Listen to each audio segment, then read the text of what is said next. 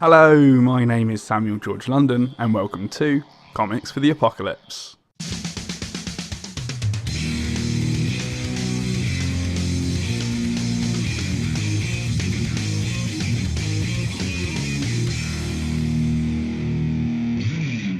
On today's episode, I speak to comic book artist, podcaster, and quite possibly the nicest person in comics, PJ Holden, about what comics he would take into the apocalypse.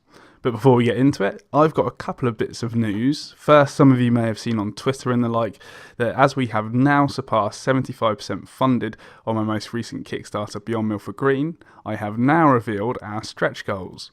Those include extra behind-the-scenes pages, a blueprint of the United Galactic Alliance headquarters, an embroidered United Galactic Alliance badge, and finally a printed pin-up of the big bad Grand Emperor Krogan, drawn by Judge Dredd artist and today's guest, PJ Holden.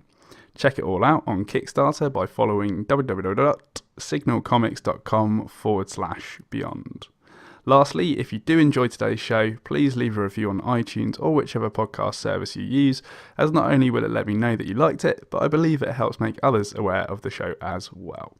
Now, without further ado, on with the show. Hello, PJ Holden. How you doing? I'm good, Sam. I'm good. I'm all decked out with weaponry and stuff, survival gear, and all ready for the oncoming apocalypse. Amazing, ready to rock. That's what I like to hear. Yeah. If I say decked out with weaponry, I mean I've got some kitchen stuff like knives and forks.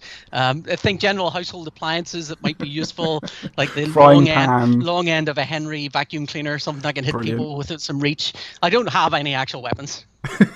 Just household items. It's just kind of like items, Jason Bourne. Yeah. You know, you can use a newspaper and a pen and stuff like that. If Jason Bourne woke up and with absolutely no memory of any martial skills whatsoever, that's me. That's me, that is. Fantastic. Well, firstly, PJ Holden, thank you so much for being on Comics for the Apocalypse. It's a real pleasure and honour to have you on.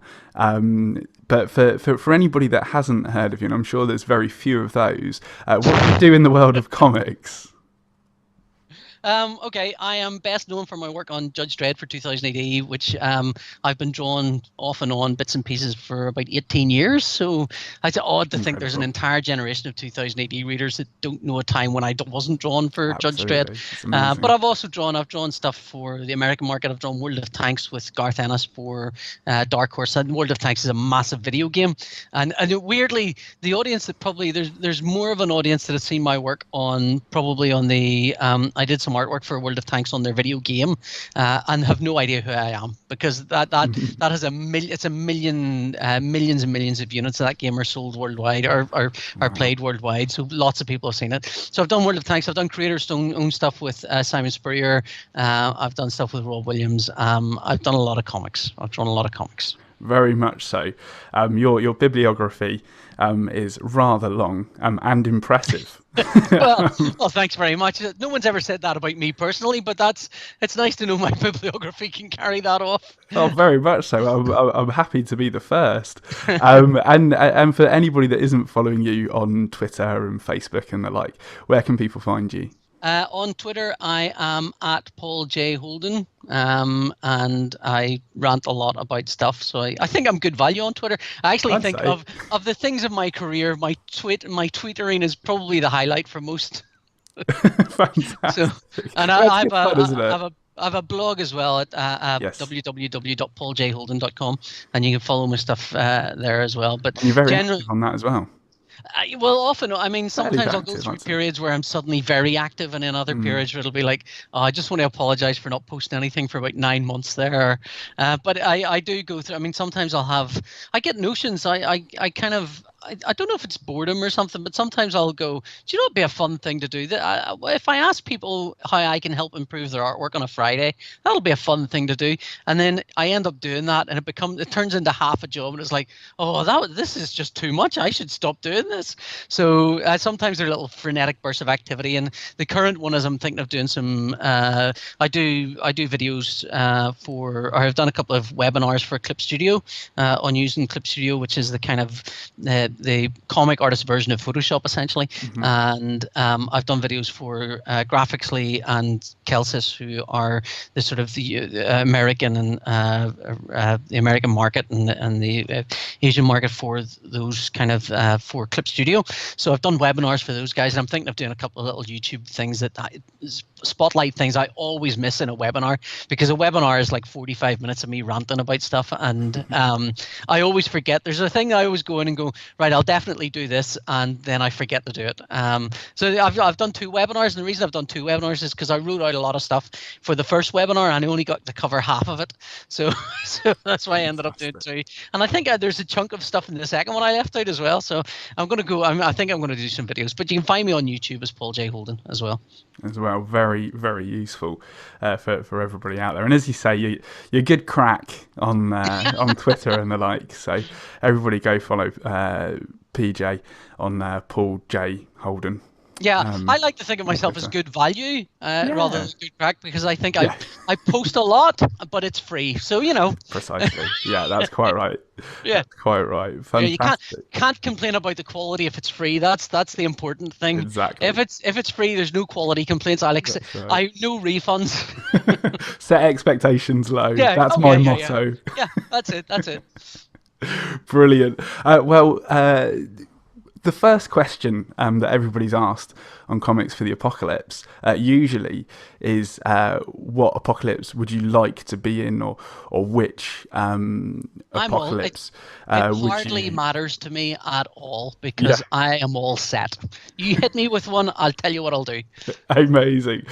So you're actually the first of this new format where our guests now choose a number and then they're randomly allocated an apocalypse situation based on that number. So you chose number 3. Yeah. And that randomly allocated you to an alien invasion. Number 3 wasn't random though. Number 3 was because it's right.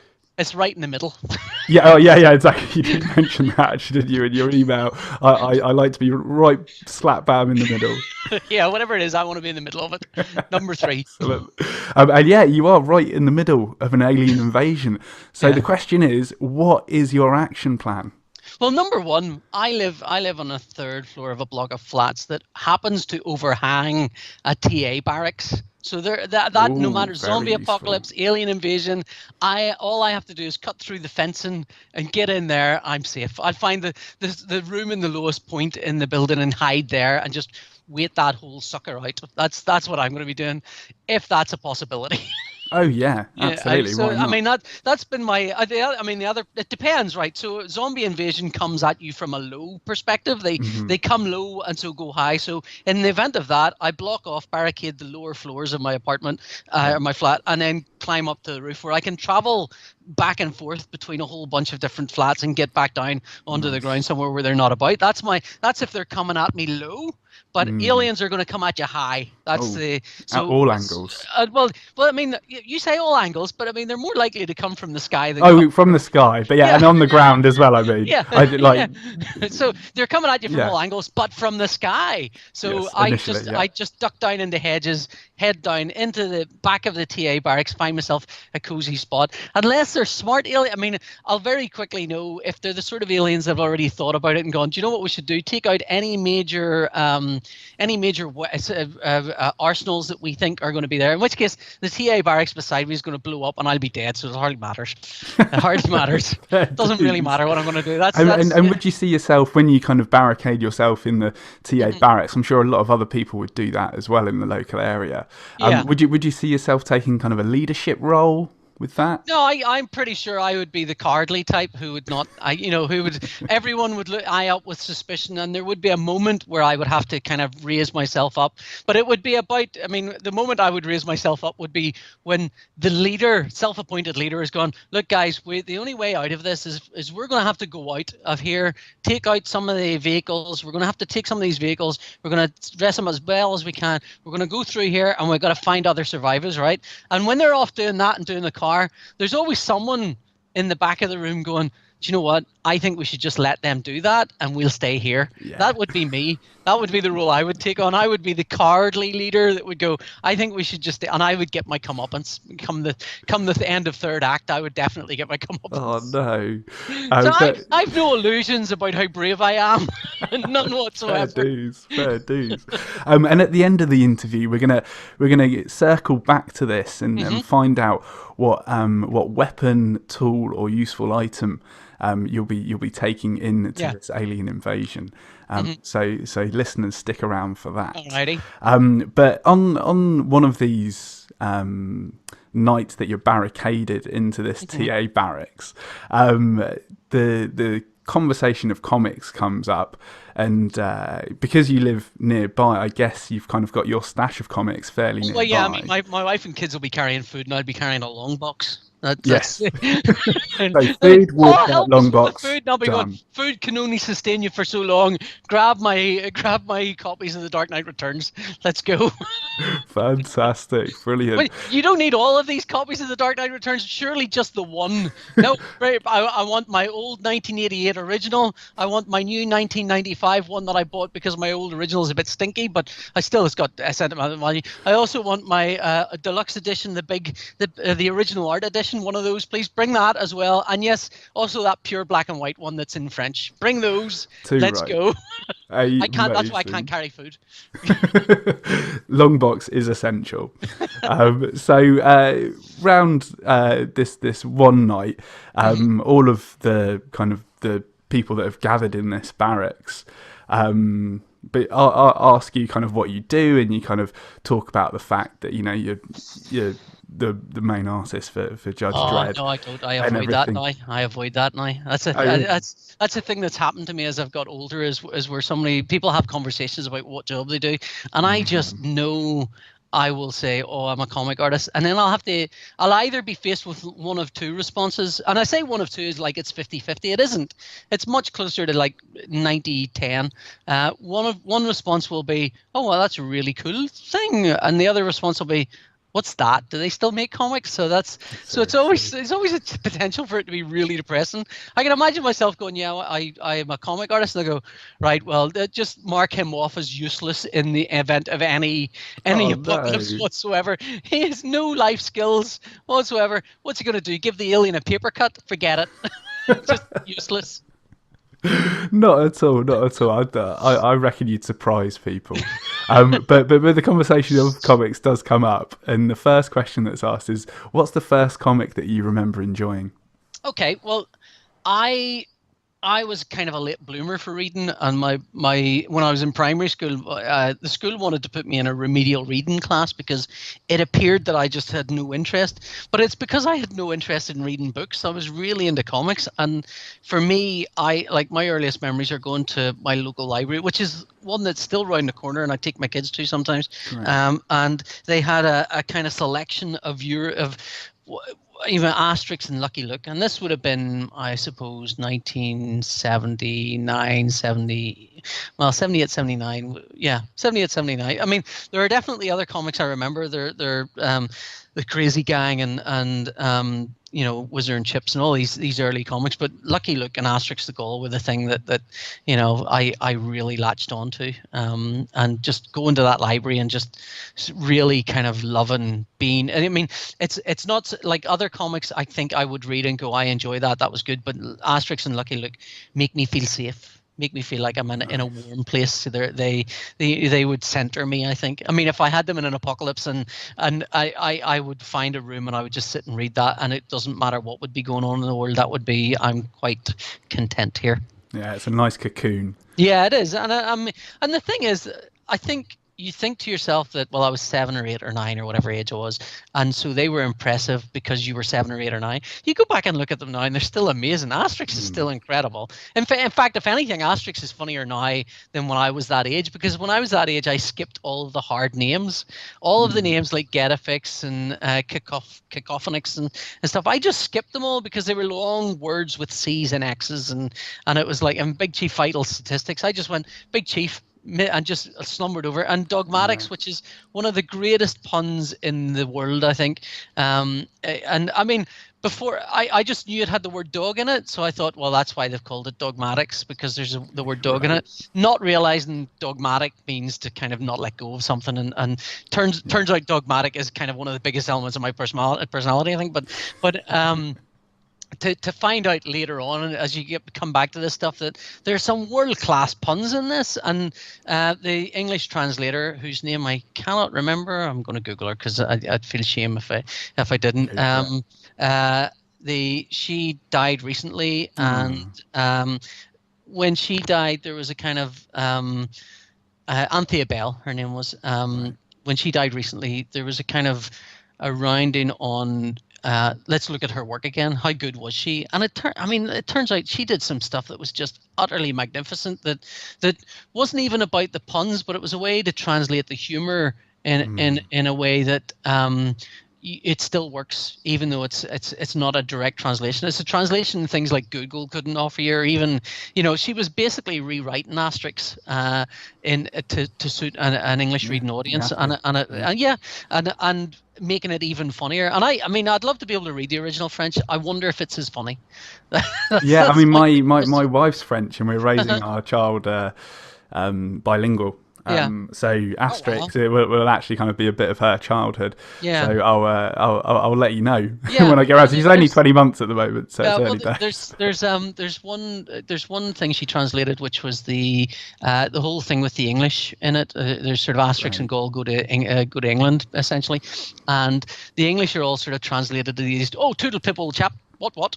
And there's a whole pun about what's and what, all this stuff going on, and that's all made up by her. That all of the translation of that is completely. There is none of this kind of tally-ho old chap and all this. She's kind of made them more English to work better. She's made them upper class English, which kind of works better for the translation. So in the original French, they play on French stereotypes of Englishness, I think, which is not the same as English stereotypes of English. It's not. In the same way that French, the English stereotypes. I love this. The French stereotype.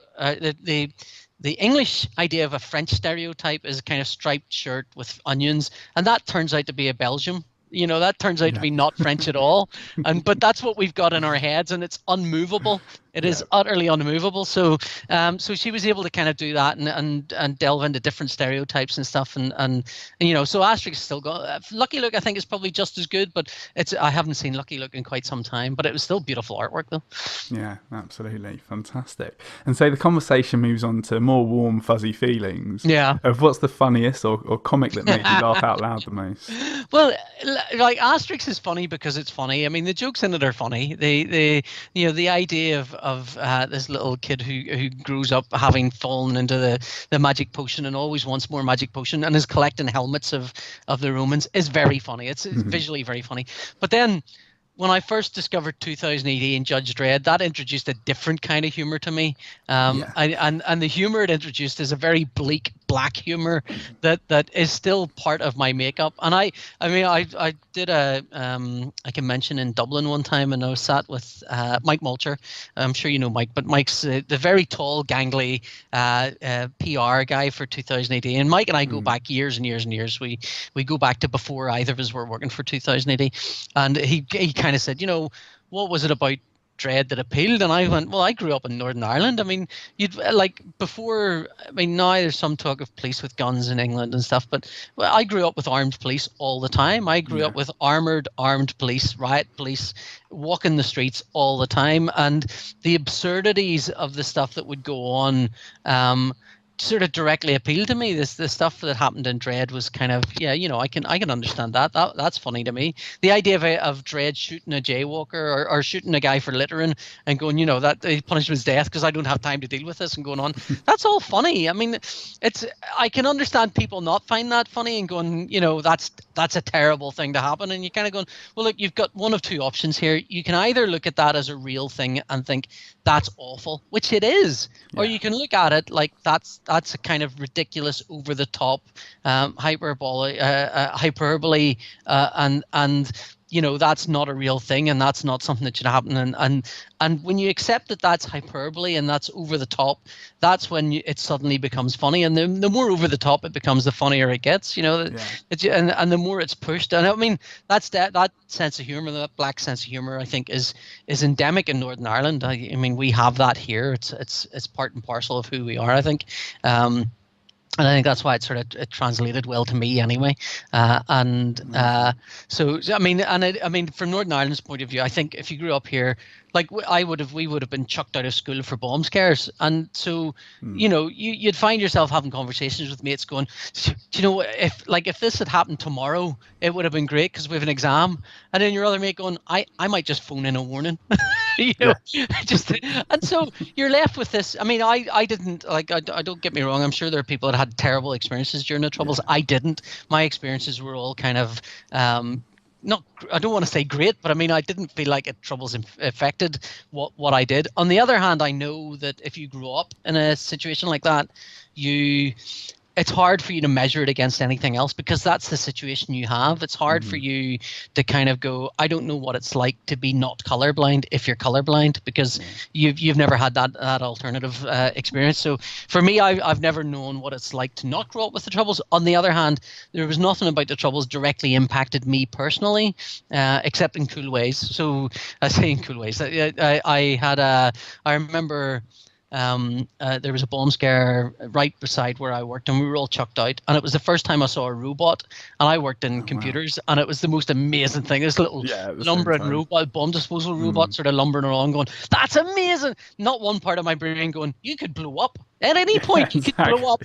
I mean, there was one incident that happened that sort of directly impacted me, which was I was about 16 years old, and somebody threw a petrol bomb into my house.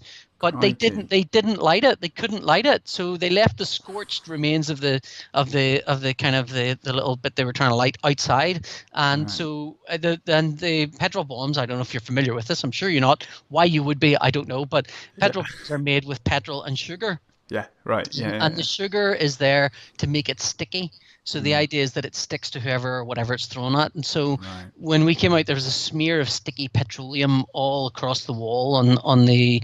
I was sleeping downstairs and we had two living rooms, and the front living room was. It sounds very grand as a house, but it was government accommodation. It wasn't like we were rich or anything, but it was council accommodation rather. So the whole wall there was kind of covered in this petroleum jelly, and I was going, I don't understand. My brain couldn't process that I could have died, and just didn't. And then the ridiculousness of it was that, I mean, the guy couldn't light the thing. So you can imagine someone sitting there trying for 20 minutes to light this thing, not getting it to light, going, can I swear?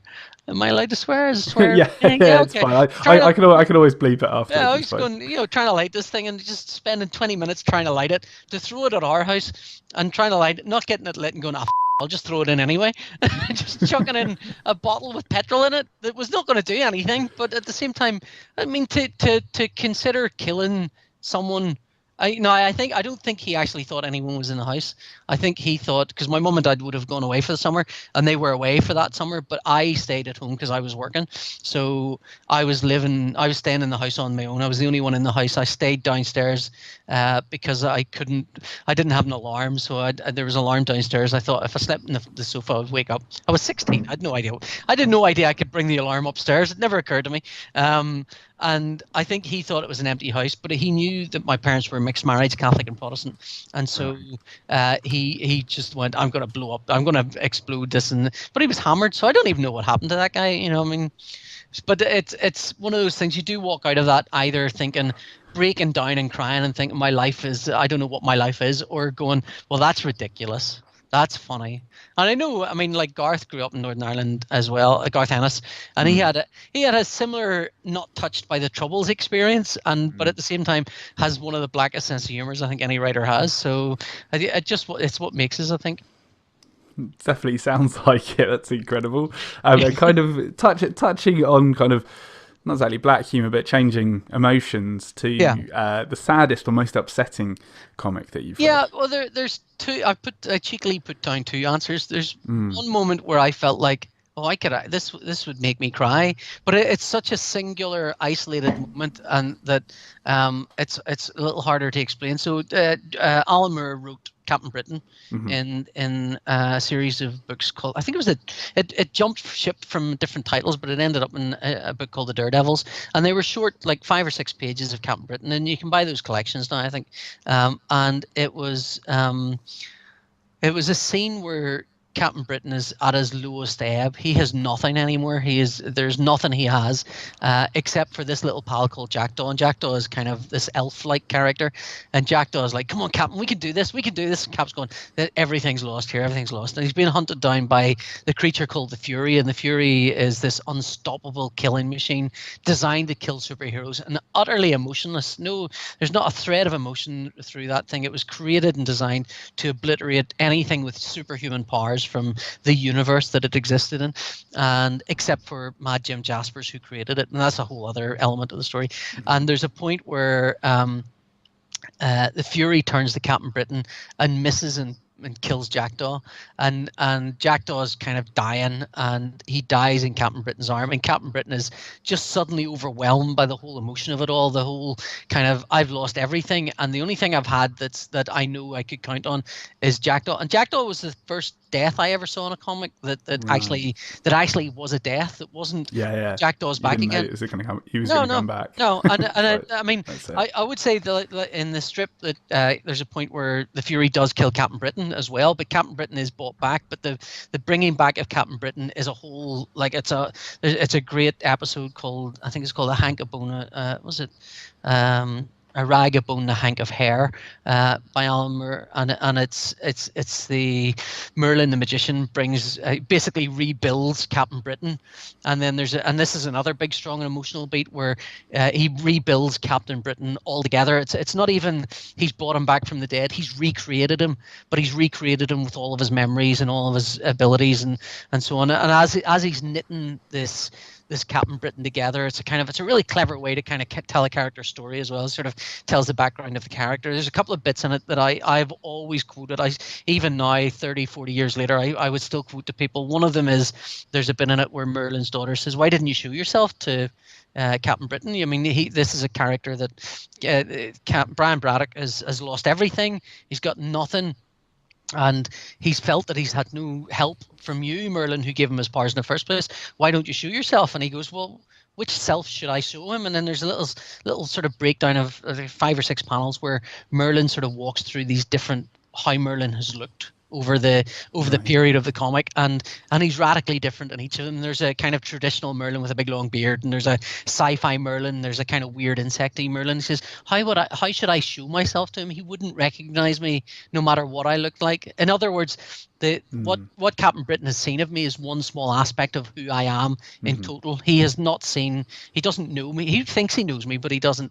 And then the other heartbreaking bit is Captain Britain's brought back from the dead, or is recreated from the dead, but thinks he's been brought back from the dead. And worse is that he thinks Merlin saved him.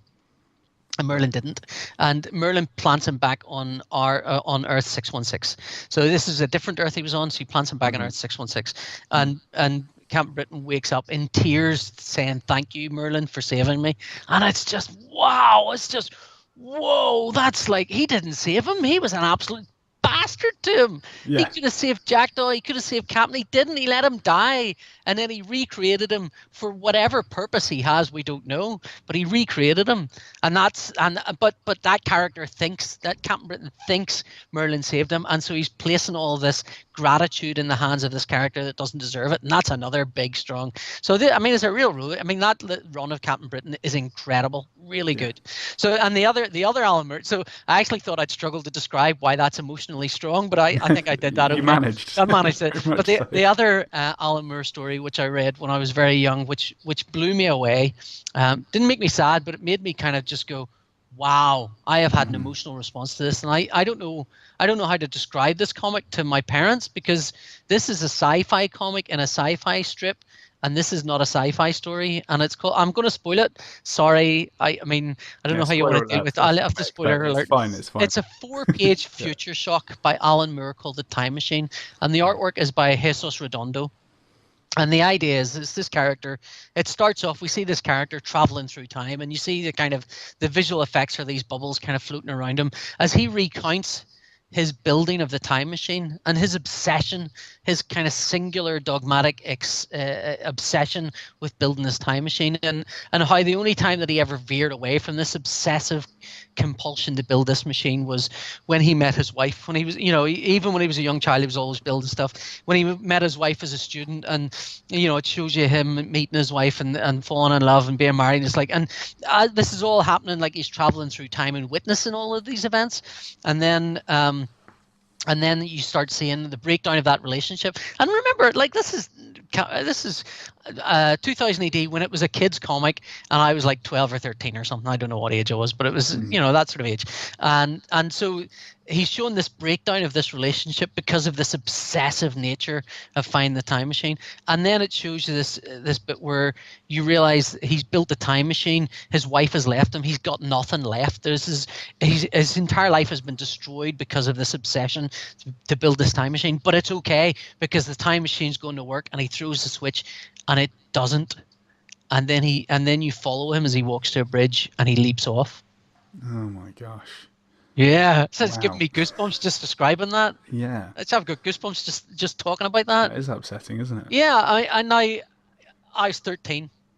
Oh wow! Yeah, so that's really. Yeah, I mean, impactful. Suicide never touched my life at all. I mean, I've since I lost my brother-in-law to suicide. And so I know the emotional. I know how the emotional hangover from that can hit and can stay with you for decades. So that strip, I think, if could be like, it could be a gut punch. It can be. I mean, it was a gut punch. It was a gut punch when I was 12 or 13. But I was looking at it going, it's not even a sci-fi story. It's not. I mean, it's called the time machine, and it's a time travel story, but it's not. He's not traveling through time. It's a flashback. It's his life flashing before his eyes, and it's just stayed with me to the extent that I really wanted to try and get some artwork from it. I couldn't, but I'm looking at it now. I have a Jesus Redondo story from a girl's comic called June, and it was drawn on December 13th, 1969, which is only a few weeks before I was born. So that's a nice little kind of ties that all together. That's a nice little thing. So the time machine. I mean, and it is part of Alan Moore. There's a Alan Moore Complete Future Shocks, which I'd recommend you pick up, and it is one of the stories in that. The other thing, I mean, it's 4 pages. It's not long. It's Oh no, actually, I'm looking at it right now. 1, 2, 3, 4, 5. It's 5 pages. I'll tell a lie. Oh, yeah. I'll let you off. Harry Bentley was going down for the third and last time. It didn't matter. He'd found his time machine, and it had worked, really worked.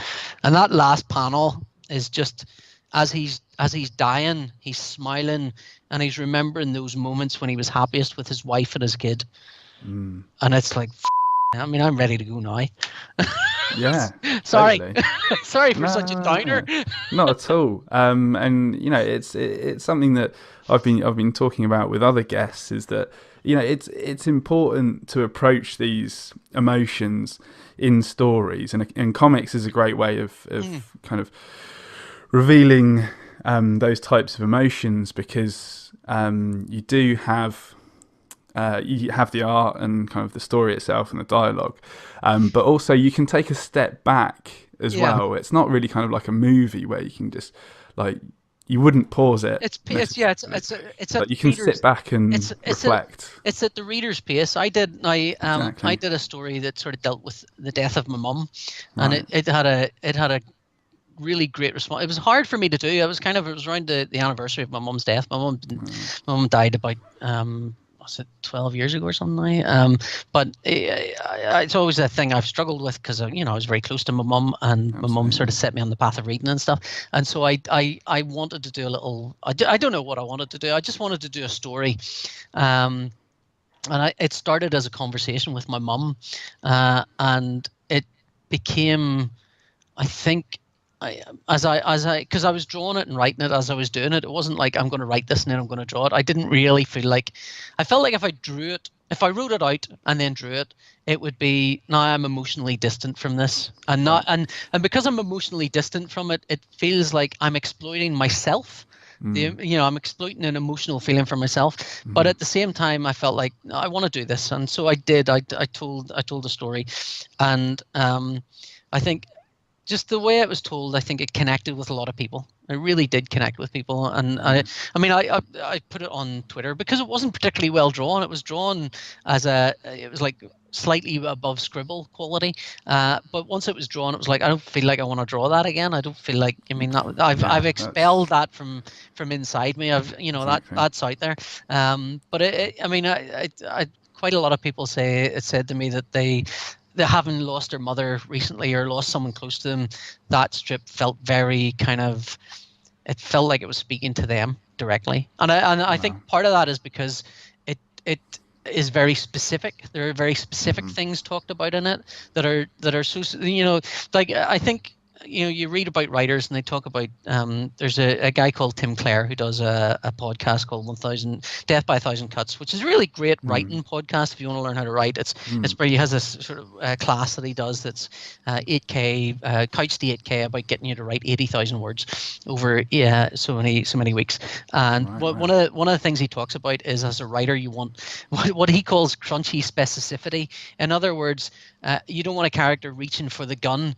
You want the character reaching for the the 303 revolver that their dad used to own, that their dad kept in the cupboard. You want something very specific, and so just by doing a sort of autobiographical piece, it was super specific because it was real things. It wasn't here's some generic information. It was, here's a real thing. And I think because that's a real thing, people, I talk about, I got married in Barbados, and my dad had sort of said he wasn't going. Then he turned up, and he was turned up wearing this Ireland shirt to look like a tourist. And it was like, but it's such a weirdly specific story, or part of that story, that I think people, all of these kind of elements added up to something that people could connect to, even though it wasn't directly relating to their experience. But I think that experience of losing someone and wanting to speak to them again, and missing them and having that strong emotional feeling, that's quite universal. So anyway. Yeah, absolutely. And sorry, PJ. Yeah. That strip. No, it's quite alright. We've gone quite the emotional journey, haven't we? So yeah. far? Well, yeah, absolutely. The Apocalypse is. I appreciate you sharing all of this, PJ. It's really, really interesting. And that strip that's available on your Twitter. Did you say? Yeah, it's on my tweet. It's on my pinned tweet, because I'm quite proud of it. There's I got slightly in trouble with my wife for going, you've mentioned some very specific things in that make me a bit unhappy, and I'm like going, well, I just sort of, it just came out of me. It's just the way it was. It was just like me telling a friend. So there, it's kind of, it's there. It's on my Twitter. You'll see it on there. Amazing. And changing emotions again. Yeah. The next topic that comes up is, what's the scariest or most horrifying comic? Well, I have picked Walking Dead, and the reason I've picked Walking Dead is that Walking Dead, I started reading it at a particular time in my life where I didn't have kids when I started, and I did have kids by the time I finished it. And I could read it before I had kids. Once I had kids, it was like, I cannot read this, and just put it down again. I just went, I'm done, can't do it anymore. And so, generally anything with kids in peril, I struggle with. I've always struggled with kids in peril. I've got to be honest, I don't particularly enjoy scary stuff. It's like, it's not an emotion that I walk away from going, oh, I'm glad I was scared there. I know people get that. I know people enjoy that, but I do not. And I did a roller coaster ride. There's now you'll laugh at this. Rob Williams, a good friend of mine who wrote Suicide Squad, laughs his head off at this every time. He doesn't believe me, but it is true. The south of Ireland has a kind of fun park, a theme park, and the basic theme is potatoes. Now, let me explain. Can you be any more of a cliche? Come on. Let me explain this, right?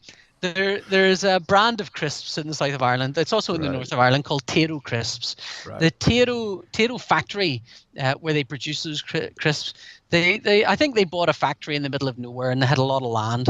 And so what happened was over the course of, 10 or 15 years, it started as you can go to Tito Chris and get a tour of the factory. Then it became you could go to Tito Chris and get a tour of the factory. And also we've got a couple of animals, not many animals, just sort of farm animals.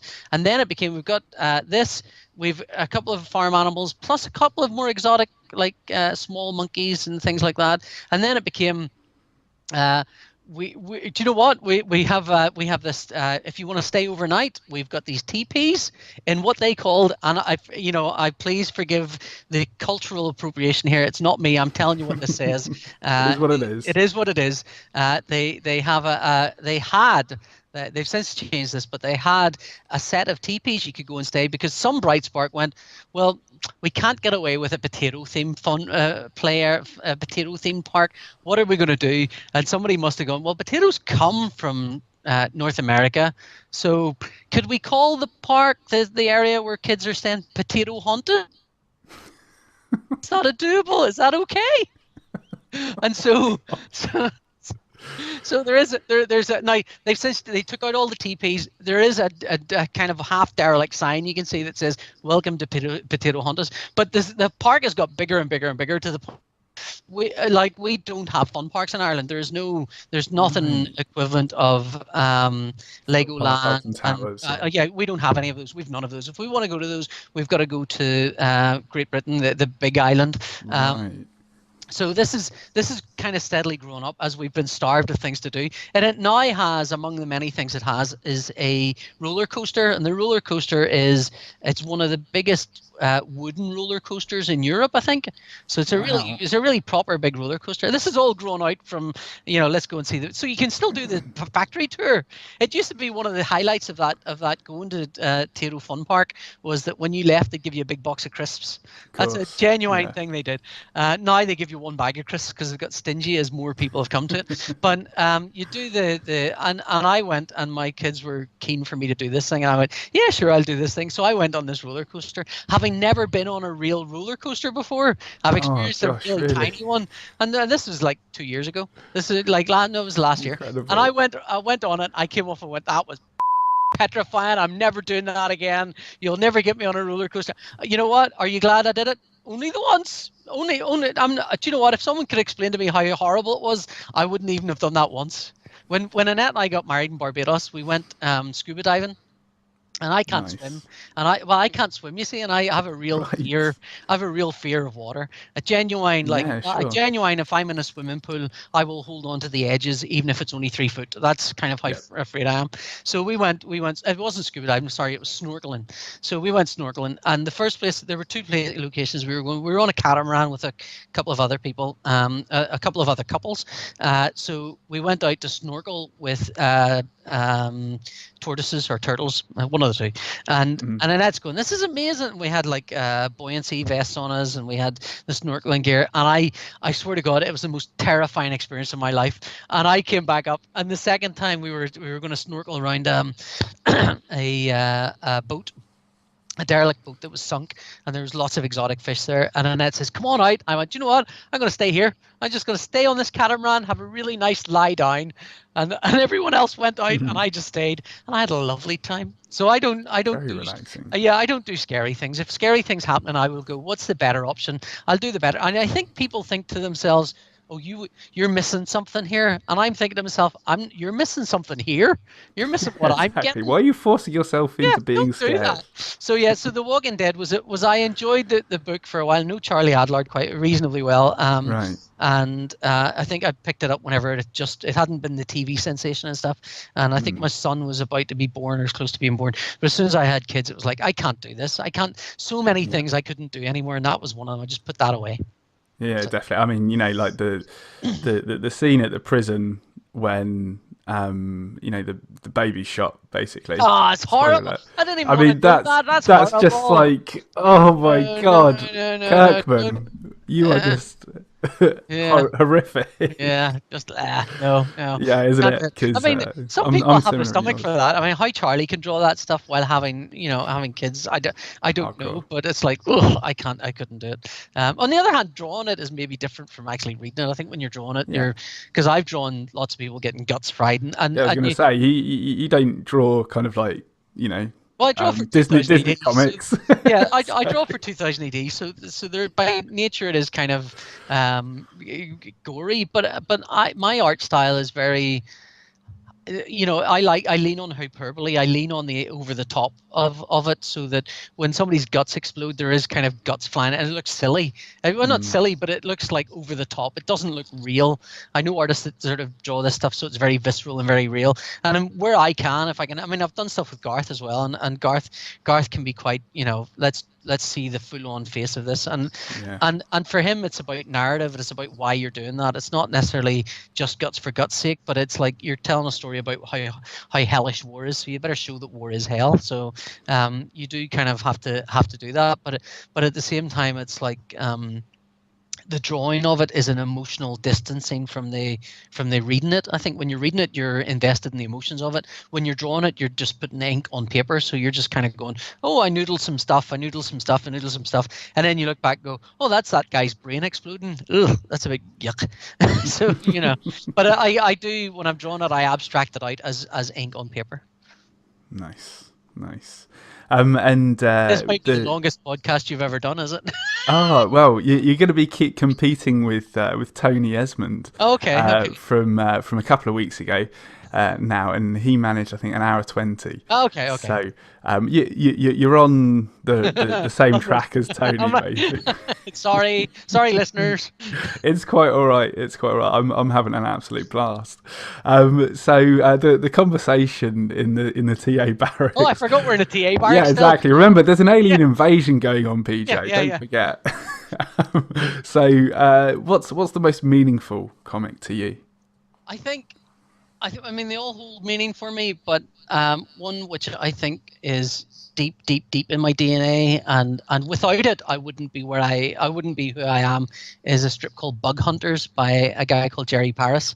Bug Hunters was a strip that appeared in a magazine called Computer and Video Games when I was about, I think it might have been 12 or 13. I was about 13, between about the ages of 13 and 18.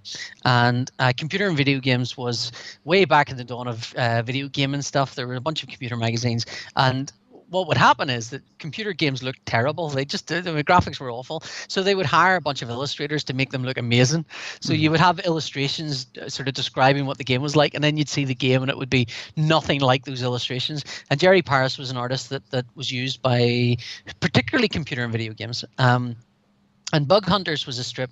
It was about a group of robots that were tasked with taking out other robots, or tasked with kind of solving these kind of future tech problems. So there's one about a VR area that gets out of hand and stuff. And I mean, it's funny. I'm doing some VR stuff at the moment, but it's funny that Bug Hunters touched on all that stuff. But when I was about 12 or 13, I walked into school with a copy of Captain Britain. Now, I was at an all-Catholic boys' school in Northern Ireland, which was it wasn't in the hardest, toughest of areas, but there was quite a preponderance of people that would have come from those areas, and there would have been quite a lot of people would have gone on. I mean, their third level education would have been prison. That was like that. Wow. So, I mean, it's not to say I saw much. I mean, I was sort of bumbling along, just did my own thing, but I was walking along with a copy of Captain Britain. And somebody said, "Oh, what's that?" And I went, "It's Captain Britain." And to me, Captain Britain was at that point, Alan Moore had stopped writing it. It was written by Jamie Delano, because it had become its own comic. And funny, Jerry Paris had done some stuff in the back of Captain Britain as well later on. But I kind of was like, "Oh, it's a comic. This is great. This is amazing stories." And I think emotionally, I was kind of not emotionally. Emotionally is the wrong word, but I was reading it at an older age. I was kind of. I always felt if you could read Captain Britain and enjoy it, then you've got an emotional intelligence maybe higher than if you're not reading Captain Britain and enjoying it. Sure. But I went into school and I got the piss taken out of me mercilessly, and I stopped reading comics. Then that was me. I was done. I mean, I generally in school was. I don't know if it was because of this. But like when other kids were out the back smoking, I would go, I'm not smoking. They'd go, have a cigarette. I go, sure, you're not even smoking. You're not even smoking properly. Inhale that. And they'd inhale it and they'd nearly pass out. I go, you see? So don't try and peer pressure me into smoking. So I couldn't be peer pressured into anything else except I was peer pressured into not reading comics. And it wasn't even a direct stop reading comics. You know, but it was, I can't believe you're reading that. I just wanted the world to suck me into it and just leave me alone, and so I stopped reading comics. But because I was into computers at that age as well, I would have picked up computer and video games anyway. And Jerry Paris's artwork, I loved. I mean, Jerry has this really chunky black and white art style that I just fell in love with. He wasn't doing anything for anything else. Jerry didn't do 2000 AD. He did, and I say Jerry because I know him now. We're friends. But he did stuff he did the early Marvel UK, did some stuff for Marvel UK, including an incredible Snake Eyes comic strip, which even now, if I ever had an opportunity to draw Snake Eyes, I would take it because Jerry Paris did a Snake Eyes, and I would look for that artwork and I'd steal as much as I could. He had this great chunky art style that I just sort of glommed onto. And he also had the name Jerry Paris, which always made me confused because Jerry Paris was also the producer of Happy Days. And that was the only two places I saw his name. Amazing. So now, obviously, Jerry Paris, the artist, is not Jerry Paris, the producer of Happy Days. But when you're young, your brain sort of leaps to all these things, and you don't know. Happy Days as well. Amazing. Yeah, you just do not know. I actually no. I think when I saw the name, I just thought it was a wild coincidence. But of course, it meant nothing to anyone else because they only knew the name from Happy Days. So. Bug Hunters, and later on after that, there was a strip called Lieutenant Law about a giant sort of police robot with 4 arms. And these were short. These were like 4 pages a month. They were nothing. Wow. But it felt like to me they were all I had for a few years. They were, to me, the only connection I had to comics and kept me interested in the medium, and sustained me like being a guy, like that guy from 127 Hours falling down a crack and realized all you've got is like a little dribble of water and eking that out. That's what they were to me. And that's why, like if I had nothing else, I'd want those, and I mean, my heart breaks at the thought that I gave all this away. I had copies of all this stuff and gave it away, and I don't have them anymore. But you can't hold on to that stuff forever. If you held on to everything, you'd be buried. But it meant a lot. And Jerry and I are friends now, and we chat often. He doesn't really do comics anymore. He's actually on Facebook. If you're an older comic reader and you want to say hi, I think he left comics. I don't want to talk about his career because I don't really know his career, but the impression I got was that he didn't sort of get into. He was actually friends with Steve Dillon, and when Steve Dillon was drawing the werewolf story, I remember when I was in my 20s and Steve Dillon telling me about living in a flat in London and doing the werewolf story. It was so hot, and his mate and my mate who I shared a flat with and his girlfriend were out in the balcony all the time, and I was sitting drawing these bloody werewolves. And having chatted to Jerry afterwards, it turns out Jerry was the mate. So Jerry was living with Steve at that time, but for whatever reason, I suspect Jerry went into what seemed like a more lucrative career of advertising and video game money, where the money was much bigger. I would imagine, I would guess, and it somehow locked him out of comics, or sort of kept him away from mainstream comics. Because if we'd seen a Judge Dredd by Jerry Paris, and Jerry's done a couple of sort of pin-ups and things that he's posted online, and they're amazing. You just think, oh my God, a Jerry Paris Dredd, I would have loved that. And we did for the Steve Dillon memorial book. I kind of thought, well, this is Steve Dillon. I'd like to do something in Steve's memory. I'd like to do Trapper Hag, one of the characters Steve drew, because I didn't think anyone else was doing them. But I thought it'd be great if Jerry inked it, even if he just inked it. Yeah. I know Jerry was, I don't want to say gun shy, but it may be a little bit kind of reticent. But so that's what we did. So I penciled it, and Jerry inked it, and that remains a high point for me. Just because of that connection to Bug Hunters and me as a 12 or 13-year-old and kind of reading comics as an escape from everything that was going on. I would also say I used to go into my school. I'd carry Captain Britain. I'd also read copies of Commando comics with British soldiers on the front of it in a Catholic boys' school in Northern Ireland in the 80s during the brave. Troubles. So I mean, that's how unaffected I was by the Troubles. It's completely unaware. Yeah. Just walking about with that. Yeah, dum-de-dum. Wow. Yeah. Yeah, fair play, fair play. But yeah, that's an incredible meaning Yeah. to that comic, and yeah, wow. Yeah, That's, I mean, that's it kind of blown annoys me me that away. I don't have a copy of it. They reprinted it in a Trident collection, I think, because again, it's short. It's like over the course of months, it was it was it was about 4 or 5 pages a month over the course of a year, so it wasn't that long, And so when they collected it, Trident did a collection that was basically put all of that in another, and Lieutenant Law in one collection of 40 pages or something. But Trident went under years and years ago when Tundra went under, so the book's never been collected since. I don't own a copy of it. I've got some digital copies that are not great, so I'd really love to get a copy. If anyone's listening and has one, let me know. Yeah, please get in touch on Twitter. Ideally, Yeah. That'd be great, fantastic. So the conversation again moves on to what's the most underrated comic? Underrated. Okay, I have put a comic. I don't know if it is underrated, but I think it's not held in as high esteem as it should be. And I think part of that's because of when it came out. Part of it's because of how light it is. And it's All-Star Superman by Grant Morrison. Brilliant. And Vincent Dean, also known as Frank Quitely. Yes. I think if you when you go to talk to someone about what comics have you got to read, and it's The Dark Knight Returns, and it's Watchmen, and it's Batman Year One, and All-Star Superman should be in that list. Now it suffers a little bit in that Batman and Dark Knight and Year One have this angsty I'm an 18-year-old and I'm really dark kind of thing, whereas All-Star has a kind of look, everything can be great if you want it to be. Yeah. And so it's the Superman version of I mean The Dark Knight Returns is almost the most Batman-y of Batman. It's like it's Batman as you can get. Yeah, it's as Batman as you can Batman, the most Batman that ever Batmaned. And All-Star Superman is the most Superman that ever Supermaned. But because it's lighter and maybe frothier, it doesn't have quite the weight and heft of The Dark Knight Returns, but at the same time really belongs there with it. It really belongs there it really belongs to be held in the same regard. I think some things, because of the nature of what they are never get the kind of esteem that they deserve because they're too light, or they're too frothy, or they're that just makes you happy, so that's not a thing you're going to dwell on in the dark with a scotch thinking about your life and whether it should end at all. That's not that kind of story. That's the kind of story you read, you think to yourself, that was great fun, that was brilliant, that was great crack, that's what Superman should be. And that's where All-Star Superman sits, I think. But so I think it's not really, I think because of that, it's sort of like helium. It's escaped the atmosphere a bit. It's too light. It's escaped the gravity of everything else around it.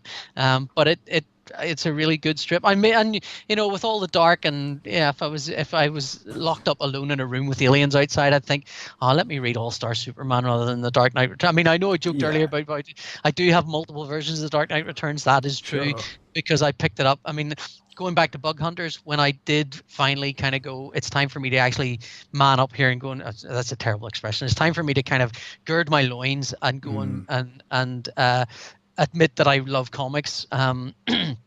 It was because Computer and Video Games had an article about Kapow pop comics have grown up, which covered Watchmen, covered The Dark Knight Returns, because it was about 1989, 88, 89, and that pushed me to go and read, coincidentally, John McCrae opened a comic shop in Belfast with his friend Fred Collier, and I went to that comic shop. It was like, well, no one's going to make fun of me for reading comics in a comic shop. Little did I know that of course people are going to make fun for you for if you read the wrong kinds of comics. But that's not what I thought at that point. I thought, well, we're all in this together. We're all pals. We're all going to read comics. I still have that blind spot where I think, if you read comics, you inherently must be a decent bloke or woman. Yeah. You must be. There's some core decency to you if you read comics. That's not true. Twitter has taught me, but I still in my heart of hearts think that that's the case. So All-Star Superman's got that frothy lightness that I like. Definitely. So yeah, anybody that hasn't read All-Star Superman, get out there and get a copy. Yeah, I mean, I'd be amazed. That's the thing. It's hard for. It's very easy to go, have you read The Dark Knight Returns? And it'll be, it's one of the first things someone recommended to me. Yeah. Whereas All-Star Superman, I don't think gets that level of recognition, doesn't get that But Yeah, at the yeah. same time, A it's good like, place to start. Kind yeah, of. yeah. I Yeah. mean, yeah, and I mean, Dark Knight and all those others do have a problem where you go, well, if you read Dark Knight, then you'll want to go to Batman Year One, then you'll want to go to Watchmen, and then probably Arkham Right. Asylum. But Yeah. they're all of it. They're almost down this dark track. Yeah. Whereas All Star Superman's go, you read All Star Superman, it's great. What's next? It's like, oh, I don't know. What sort of thing do you like? So there are reasons why it's maybe not held up in that pantheon, but at the same time, it deserves to be. Definitely. Fantastic. And so we move on to one of the most difficult questions. But for you, what's the best comic of all time? That's an utterly impossible question. Isn't So, it? I mean, I could draw one from a hat. That would be Yeah. just as valid an excuse as any. But I will pick one that has some sort of meaning, and I think is a good one. It's Judge Dredd, City of the Damned. Now, I Brilliant. know it's one of the lesser of the Dredd kind of what are often called mega epics. I mean, they're called mega epics because they're long. Generally, the what do you call it? The Apocalypse War is a particularly long one, but and it started the term mega epics. These stories that would encompass an entire summer and going into autumn of a run of 2000 AD. City of the Damned was apparently planned for that, and towards somewhere early on, John Wagner and Alan Grant went, "Oh, this is boring us. Let's just kill it," and so stopped it. And so it's not even loved that much by the creators of it. Wow. I love it. I mean, I love it, and I love it for a couple of reasons. One is that when I was 13 or 14, that coincided. I was reading Captain Britain. I was reading Commando comics, but I was also reading 2000 AD, and 2000 AD had at that point. I remember the issue had a big double page insert poster. 2000 AD then was primarily a black and white comic with a color cover and a color sort of interior 2 pages that was always given over to the main strip, which was Dread. So it was always 2 pages of Dread. And this time, unusually, was a single poster for City of the Damned.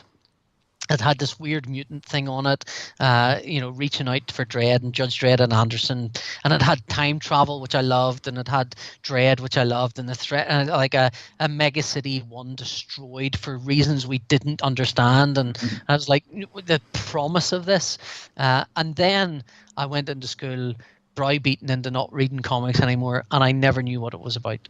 And so it held a kind of, I think I might have got to read the first one or first 2 of it, but I might even not, it might even, that might be I've injected that memory, and it might be I never read any of it. I think I picked it up eventually. I kind of saw bits and pieces of it, and then one year at a comic convention I was up chatting, and by this stage I had a career. I was drawing comics, and I had kind of the mega collections had come out, and I think it's in number 5 or 6, I think it is, and the what do you call it, I went up to chat to the guys at 2080. I said, look, I've got a hankering to read the what do you call it, the City of the Damned, but I mean, I'm not expecting it to be great. I know the story of it, that John Wagner didn't enjoy it, and so he killed it dead, and I know that it's a time travel tale, which almost always means there's no consequence to it. Yeah. But if you've got it, I would like it. So they gave me the collection, which was volume. I'm going to see which. I'm going to Google which volume it is, because I think it's important. The complete Case Files Volume 8 is the volume it's in. So that was 8 years into Dredd's run, essentially. And yeah, 84 to 80, 84 to 85. November 84 was when it came out in the comic. So that tallies roughly with when I was reading Captain Britain and stuff. So and I sat down and I read it. It was amazing. It was everything I wanted it to be. I mean, it could have been longer, would have been very happy with it, but it had everything. It had a shocking twist on who the mutant turned out to be.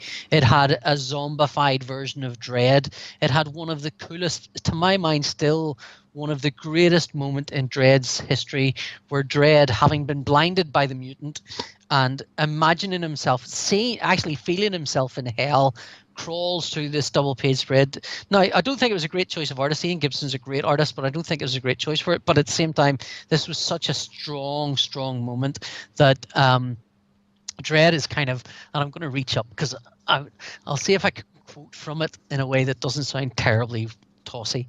Brilliant.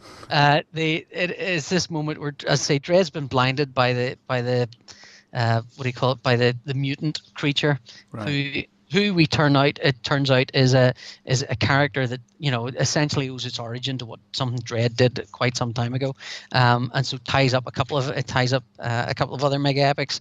And so here we go. I want to read all of this to you, right? So this is across a double page spread where Dread is just fighting, and the first thing that hits me is Tom Frame's lettering on this is amazing, because it is not comic book lettering as most people experience it. It is big chunky letters to give you a feeling of depth. So I'm going to read panel by panel, right? This is just the words, and the pictures when they go with it are amazing.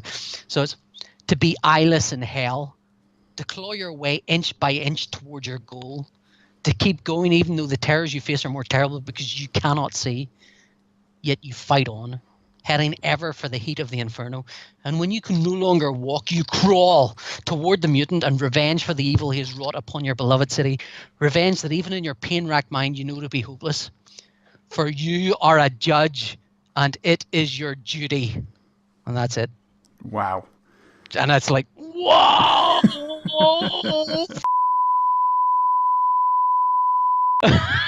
Amazing. And that double page spread has Dread sort of, you know, to match the dialogue, there's Dread crawling along, and right at the bottom across the double page spread is Dread just clawing himself through flames as his suit is melting, and bits of the armor sort of melting away from him, and his eyes have been poked out so you can see where his helmet has got the shattered glass, and the blood, you know, it's kind of dripping sweat from his face, and I mean, it's all an illusion, that's the thing, but it's as real to Dread as it needs to be, you know, to be real. And that on its own is like, whoa, that's incredible. So anyway, I mean, I hope you get a flavor of how awesome that is. I do recommend you go out and pick that up. Well, you describe it and read it very well, PJ. I mean, it's very evocative. It's a theatre of the mind, my friend. Theatre of the mind. Yeah, well, you're a master. There's a great sort of coda to this right at the end, where Dread is kind of they've returned, and right at the end, and I mean, this is very much a Dready thing where they go, you know, what was it like, and he goes, you know, it wasn't as bad as you think, or whatever, you know. There's always some little throwaway joke, and oh god, I'm trying to find it, I can't find the exact quote. So he says, how are you getting on? This is Judge Anderson talking to Dread. So how are you getting on with the new peepers, JD? Because he's had his eyes replaced. He says, sorry, the eyes, Anderson, give me enhanced clarity over distance, 20/20 night vision, and a 50% reduction in blinking time. Their efficiency is unarguable. In fact, my one regret is I didn't have the operation done years ago. Brilliant. That's everything. It's like when you're 14, that's everything you want. That is rad.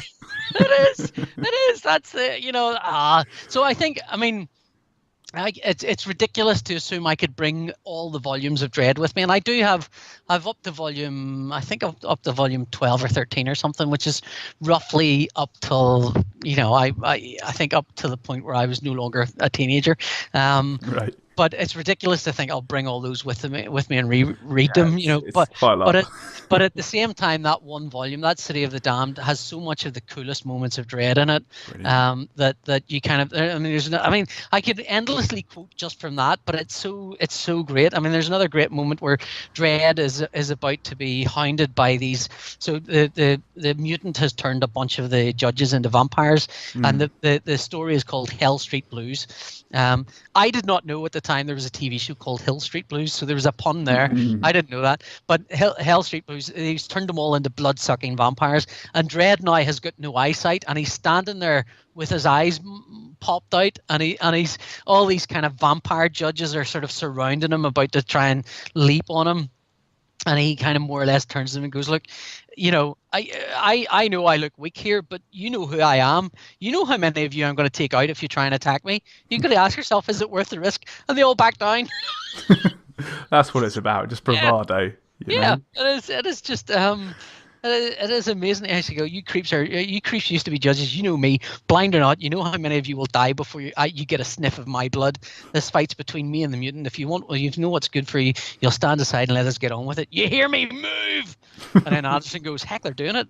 I don't know where you did your voice training, but I've got to take a course there." And he goes, "Let's get moving before they change their minds." It's just amazing. It's amazing because it's one of the first wonderful pairings of Anderson with Dredd, where those two characters really bond in a way. You know, they're like Anderson's character really comes out as a kind of very lovely counterpoint to who Dredd is, and where Dredd is, there's little cracks of, you know what, I know I'm ice cool and stuff, but also I realize I bluffed that, and I realize that's a bluff, and let's get out of here before they realize it's a bluff as well. So that's it. And you know, so anyway, sorry. Fantastic, PJ is excellent. Mate, it's so great to hear that passion. Yeah, well, I think I'm a passionate man, but that's great. But I have picked books and things I think that have genuine, you know, they're more than just paper and ink. They have genuine meaning, I think. Yeah. You know, but those, I mean, that City of the Damned, which is, I suppose, leads me to number 9 on your list there. Yeah. So what happens now is that that's kind of the end of the conversation, and kind of out of nowhere, like basically the roof of the TA barracks collapses through like an alien laser, and so 1d6 for save. Exactly. Yeah. Save. And everybody kind of starts to leg it, and your family starts to run away and is safe, but you're right next to your long box, which has all of these comics in. Which one do you take with you? Do you know what? I think City of the Damned. City of the Damned, because it, for all the reasons I just talked about, I think it's quintessential Dredd, and it's also connects me to that age so perfectly. And it is very funny, and it is very scary, and it is very cool. And if it was longer, it would be brilliant, but it's not. But in some sense, that actually makes it even better. I mean, it didn't even talk about the zombie Dredd that somehow comes back with Dredd in the time machine and becomes a paradox all of its own. And you're kind of going, I mean, what happened there? And they don't really want to talk about it. And the fact that it's a time machine and they puke up when they get out of it, that's a cool moment as well. Amazing. So like the time machine isn't just hop in. It's like the TARDIS, hop out again. It's like you go in this, you will feel really ill.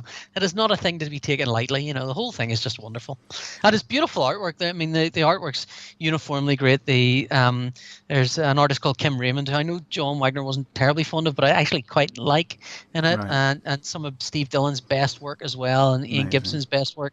I think they were, I don't know if they'd basically given Carlos some time off, because there wasn't, I don't think there's any of Carlos's artwork in that particular one, which is a shame. But at the same time, there's some beautiful Steve Dillon artwork in there, and some of the coolest things. I think sometimes Dredd works best. There are two ways Dredd works best. One is when he's almost incidental to what's going on, and it's the world that you're in is crazy, and Dredd turns up and goes, "This is a crazy world, and I'm going to resolve it by punching something." And the other way that Dredd works is when he's got a really solid mission, when he's got an A to B, and he becomes an unstoppable force. And and this has that. So I'm looking at this, and I don't know how many pages. 1, 2, 3, 4. It's not very big. It takes up about less than a third of this book. In fact, not even that, maybe a quarter of it or something, if that, and of the collection, of the City of the Damned collection. So it's not big, but if I take the City of the Damned as part of that complete case files, that should see me all right through most things. Amazing. Too right. And as well as grabbing the City of the Damned, you also grab a weapon, tool, or useful item. What would that be? I am no fool. I understand how alien invasions work. I will look for the first person with a snotty nose and a sneeze, grab their handkerchief, and get out there, wave that sucker everywhere. Nice. Yeah. I I come vote in for peace, me. like a white handkerchief. I come Yeah, in peace and I'll then wipe come their in nose peace with and it. just chuck it at them and let the virus take them all out. That's Brilliant. my intended plan. I mean, I Nice. am reliant on them sort of holding to the H.G. Wells Convention, but Yes. Yeah. and I might be in trouble then. But I figure anything else is going to look like a weapon, and you could go out with bullets, and it turns out they're all bulletproof. So who knows? It's as good a if you have as good a chance with a snotty hanky as you do with anything. That's excellent. So your weapon is a snotty A handkerchief. I snotty love it. hanky. That's brilliant, PJ. That is the best answer I've had yet. That is It seems, incredible. I mean, to me, it seems like the only sensible answer, but that might be a Yeah. reflection on me more than anything. Nah, not at all. It's very smart. Using your intelligence there, Yeah, that's yeah. for Well, sure. that was the other useful weapon. I mean, as much as I've downplayed my skills in the event of an alien invasion, the reality is, the truth is, of all the people that you could gather up into a room and say we have been invaded by aliens, very few people will have had direct experience of that, except comic Yeah. artists and True. That comic that's artists your and skill. writers. There you go. That's my skill. The skill that I bring along to it is an overactive imagination and the ability to go, look, I know this sounds nuts, but what if It what worked if what in. if we get a snotty hanky, right? And everyone sneeze and let's see where this takes us. That is brilliant. Well, thank you so much for an incredibly insightful and fun Quite the interview, roller coaster. PJ, hasn't it? Yeah. It's really been a pleasure and an honour Oh, thanks very much. to listen to all of this. And just for the listeners, one more time, where can they find you on the interwebs? You can get me predominantly on Twitter. If you can find me on Twitter, you can go from there. Yeah. I am at Paul J. Holden on Twitter. And my website's www.pauljholden.com. And those are the two big places you'll get me. Fantastic. And then do you have anything coming up that you can talk Oh, about? I've been drawing this graphic novel for what feels like the duration of World War II. I'm drawing a graphic novel with Garth Ennis. It will not see print till 2020. So no. On the other hand, there is a Judge Dredd collection coming out very soon, which is I think it's called The Winter War or something. Let me double check that. That collects a bunch of things for goodness, what let me see. I'll just check 2000 AD's website. That's the smart thing to do. It collects stuff that I did with Michael Carroll, and it's called Judge Dredd Cold Wars. So it's all set in winter places, which is hence the name. Yes. So it's got Rob Williams and Michael Carroll, John Wagner, Trevor Hersine, Dan Cornell, and others. So that is coming out. I think that's coming out in a month, but you should be able to pick that up if you like my work. You should see that. Oh, absolutely. Fantastic. Well, thank you again, PJ Holden. Oh, it's been an absolute pleasure, Sam. Yeah. I wish you all the best of luck in the alien invasion. Thanks very much. I should be all right, right? Snotty Hanky should be You'll fine. be fine. Yeah. I mean, you're street smart, right? That's what it is. Yeah. I'd be dead in the first 2 minutes. What are you talking about? I reckon you'd surprise yourself. Yeah. Anyway, thank you. Brilliant. Thanks a lot, PJ. You take care. Bye. Bye. Thanks again to PJ for being on Comics for the Apocalypse. It was beyond awesome. If you enjoyed the show, please leave a review for us on iTunes or whichever podcast service you use, as not only will it let me know that you liked it, but I believe that it helps others aware of the show as well. If you'd like to check out PJ's work or follow him on social media, those links are in the show notes, along with all of our own links to the various areas of the internet. And finally, as long as the apocalypse doesn't come to pass in the next week, I'll see you next Monday. Bye for now.